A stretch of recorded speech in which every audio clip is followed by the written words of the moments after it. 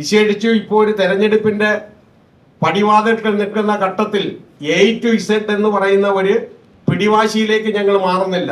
ഇനി മുന്നോട്ടുള്ള പ്രയാണത്തിൽ ഈ ഡിമാൻഡ് ചെയ്തിരിക്കുന്ന കാര്യങ്ങളൊക്കെ തന്നെ നിങ്ങൾ ഇതിൽ എഴുതിയിരിക്കുന്ന ആമുഖമായിട്ട് എഴുതിയിരിക്കുന്ന 15,000 രൂപ പ്രസവാനുകൂല്യം കഴിഞ്ഞ 3.5 വർഷമായിട്ട് 2,000 രൂപയിൽ ഒതുക്കി നിർത്തിയിരിക്കുകയാണ്, ബാക്കി കിട്ടിയിട്ടില്ല എന്നൊക്കെ നമുക്ക് പരിവേദനങ്ങളൊക്കെ ഉണ്ടെങ്കിൽ പോലും ഈ റിട്ടയർമെന്റുമായി ബന്ധപ്പെട്ടതായിരുന്നു ഞങ്ങളുടെ മുഖ്യമായ ആക്ഷേപങ്ങൾ എന്നുള്ള നിലയിൽ അതിൽ നിന്ന് നമുക്ക് മാറ്റം കിട്ടിയെന്നുള്ളത് ഒരു ആശ്വാസമുണ്ട്.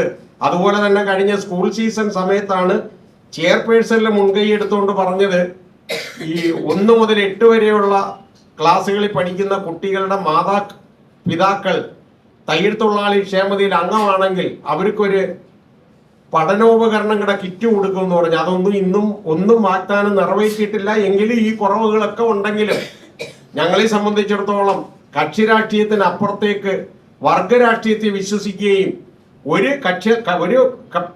രാഷ്ട്രീയ പ്രസ്ഥാനത്തിന്റെയും പക്ഷം ചേരാതെ നിൽക്കുന്ന ഒരു വിഭാഗം എന്ന നിലയിൽ ഞങ്ങൾ ആ പരിമിതികളൊക്കെ ഉൾക്കൊണ്ടുകൊണ്ട് തന്നെ ഈ അവസരത്തിൽ നാളത്തെ ഈ സമരത്തിൽ നിന്ന് നമ്മൾ പിന്മാറാൻ തീരുമാനിച്ചിരിക്കുന്നു.